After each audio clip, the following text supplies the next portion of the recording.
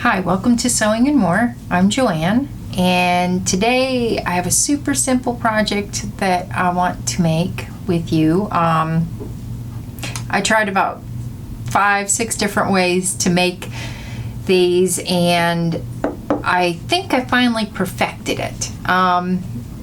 Scrunchies. There's so many different ways to make scrunchies that you can't imagine. You can make them big ones, little ones. You can put little ribbons hanging from them, whatever you want. Whoops, I just lost one over the table. But I tried several different ways. I tried just tying a piece of elastic, like sewing a tube of fabric and turning it right side out and sewing the ends together. And what you get with that every time is you get this seam on the scrunchie, and that really bugs me. I want it to be nice and smooth all the way around and kind of free flowing. So on one of them, I think it was this one right here, I hand sewed the closing shut, and that worked pretty nice. That wasn't bad. I did a couple where I actually used a hair tie that didn't have any metal bands on it, and I sewed the fabric around the hair tie inside out and then fished it back around. That was really a pain in the butt. Just too time consuming for a hair tie. And I was at the store and I can't believe what people are paying for these things. All my niece's little friends, kids she takes care of, they're telling me they're paying $3 and $4 for hair ties, and I'm like, oh my gosh. So I was like, I gotta make these. So I will show you what I have found to be the absolute easiest way to make a scrunchie.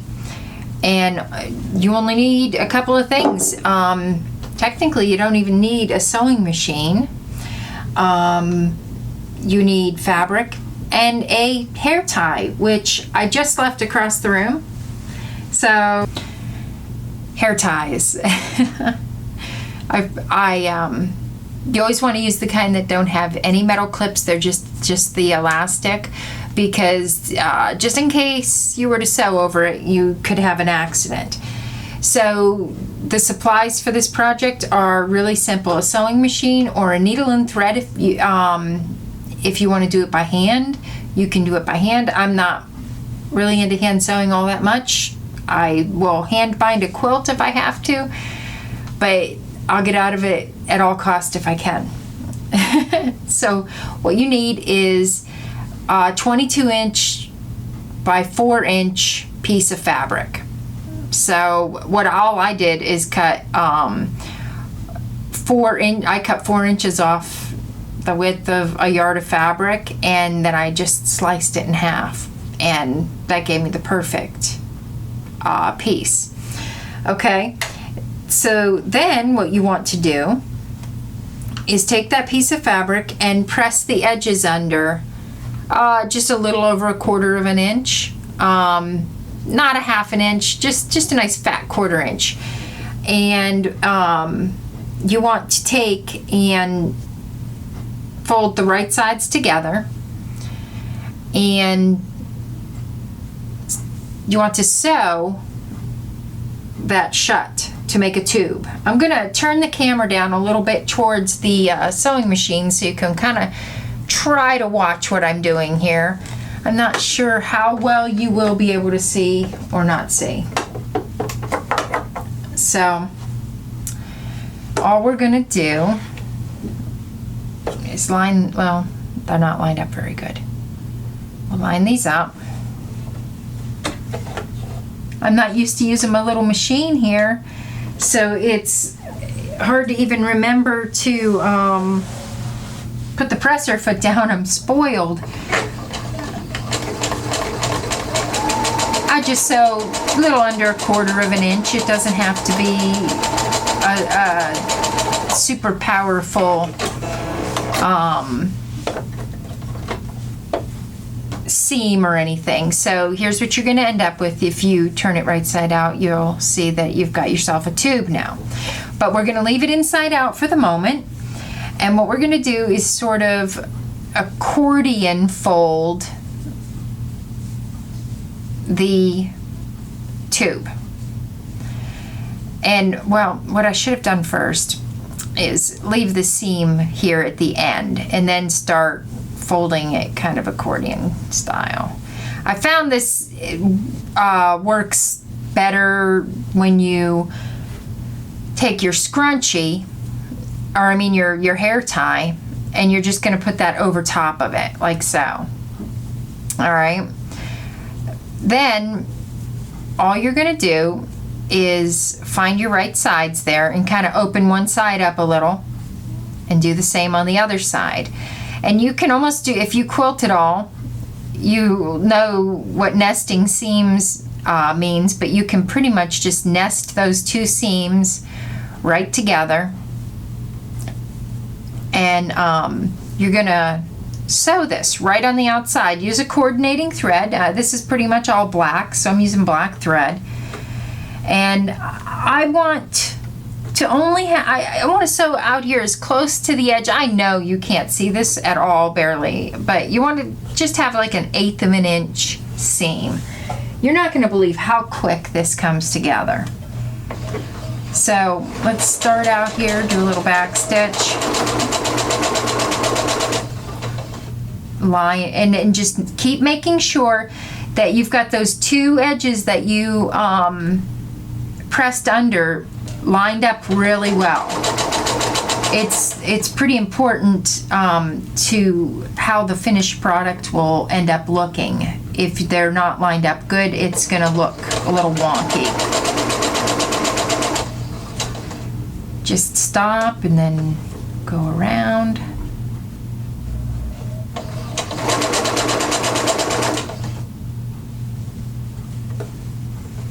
Now you're going to have to manipulate it a little bit here and there. Get that around.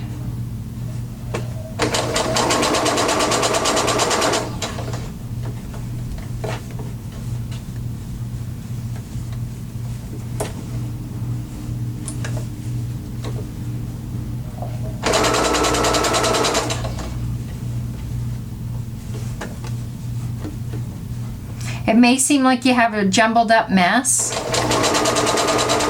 but you'll see that as you get closer and closer to the end that it's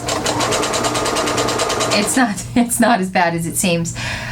This thing's actually coming together just beautifully. So just keep going all the way around until you come back to where you started. So let's get this lined up. It's just a little finicky because you're working with so many ruffles, but it's really not difficult to keep this lined up. And I'm leaning at a weird angle to top it off, so if I'm doing it, you'll definitely be just fine. Okay, we're coming into the home stretch here, and my press came out a little. We got to straighten that out. And you can take and kind of push those ruffles around that are already sewn. And as you get closer to where your seam was, you can start lining this up a little bit to make sure you didn't get any big gaps or anything. And if you did, what you can do is just put a tiny little tuck here and there. That'll be barely, well, barely, you won't notice it at all, actually. I'm going to do it on purpose right now just to kind of show you. There, and we're getting there.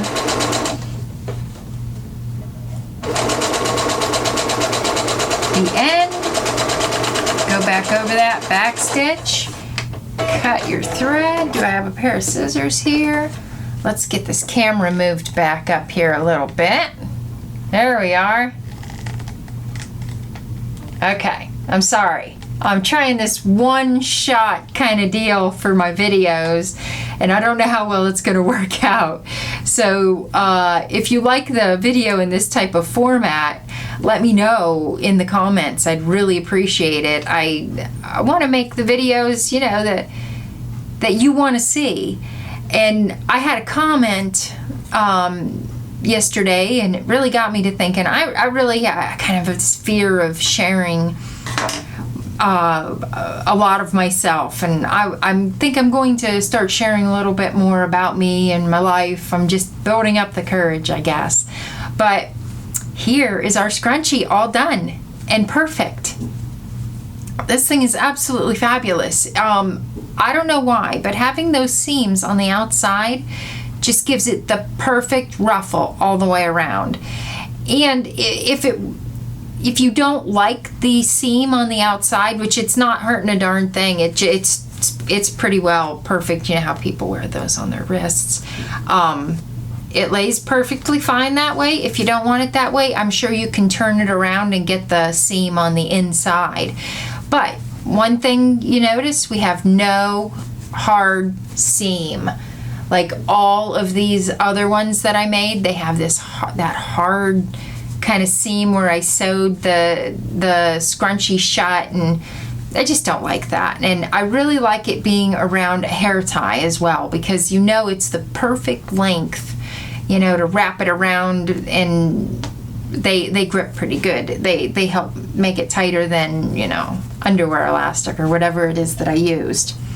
So I made this one this way, and I have a couple others. They're similar prints and patterns, but I'm going to lay these all out and take a picture to show you the difference in the way in how they lay and how they were when I made them. These three are this way, and then I don't know, these ones are more bubbly, I guess you could say, and where these are more have a more defined ruffle. Anyway, tell me what you prefer in the comments below. Tell me which ones you like the best. And I can show you another method. I discovered many in this little scrunchie journey.